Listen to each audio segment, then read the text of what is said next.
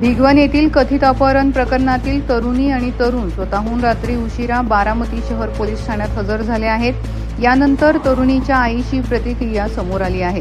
त्या दिवशी आम्हाला मारहाण करून आमच्या डोळ्यात चटणी फेकून आमच्या समोर माझ्या मुलीला ते घेऊन गेले।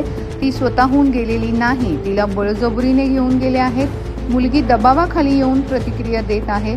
तिला ब्लॅकमेल केलं जात आहे असा दावा मुलीच्या आईने केलाय। 12 वर्षापासून माझं पती वारल्या करोनामध्ये वारल्यामुळे ह्या लोकांनी फायदा घेतला। 12 वर्षापासून तिला धमकी देत आले। त्या दबावाखाली ती आज आमच्याकडे पाहत सुद्धा नाही, ती दबावाखालीच आहे। आणि ते त्यांच्याकडे जर मुलगी गेली तर आम्ही इथंच आत्महत्या करणार आहे। त्यांच्याकडे मुलगी गेलीच नाही पाहिजे ना। आम्हाला कुणाचं सहकार्य सुद्धा पोलिसांचं नाही, कुठल्या मंत्र्याचं नाही, कुणाचं सहकार्य नाही, काय नाही। त्याच्यामुळे आम्ही इथंच आत्महत्या करणार आहे। पोलीस आता काय सांगताय? तुम्ही समोर भेटल्या तुमच्या मुलीला? कोर्टात नेणार, कोर्टात चला। मुलीशी काय बोलणं झालं? काय नक्की म्हणते ती? काय झालं होतं? ती फक्त यायचं नाही म्हणते। कुठे यायचं नाही?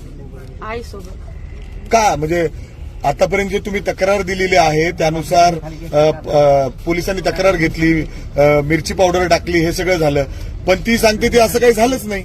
मिरची पावडर टाकली बी होती, माझ्या डोळ्यात, माझ्या मुलाच्या डोळ्यात गेली। मिरची पावडर टाकून त्यांनी दांडकं काढून माझ्या उघडून हिथं मांडीला मारून त्यांनी मुलगी उचलून टाटा एसी मध्ये फेकून लगेच पळवली गाडी। मिरची टाकल्यामुळे मला काहीच प्रयत्न करता आला नाही, नुसती मी ओरडत राहिली। तिथं कुणी सुद्धा आलं नाही, कुणी नव्हतंच ना तिथं त्यावेळेस। म्हणजे मुलीने प्रतिज्ञापत्रात असं म्हटलं की तुम्ही दिलेली तक्रार खोटी आहे। मी त्या तक्रारीवर 12 वर्षाच्या मुलीला दबावाखाली आणल्यानंतर 12 वर्षापासून जी मुलगी दबावाखाली तिला उपायच काय नाही। तिचा भाऊ लहान असल्यामुळं तिच्यावर दबाव आणला होती ना, तेव्हापासून दबाव ब्लॅकमेल करते ती, दबावाखाली बोलती। मुलीने जे प्रतिज्ञापत्र सादर केलं त्याच्यामध्ये तिने असं म्हटलंय की तुम्ही जी तक्रार दिली ही तक्रार खोटी आहे, याच्यामध्ये काही नाही, तथ्य नाही। तक्रार खोटी आहे तिची, ती दबावाखालीच आहे अजून पण। मीडियाने दाखवलं। आता तुमची मागणी काय आहे? स्वतः मुलगी तुमची जर पोलिसांमध्ये येऊन असं म्हणत असेल की असं काही घडलेलं नाही दबावाखाली आहे म्हणूनच बोलते या, ती अशी बोलणारी मुलगी नाहीये।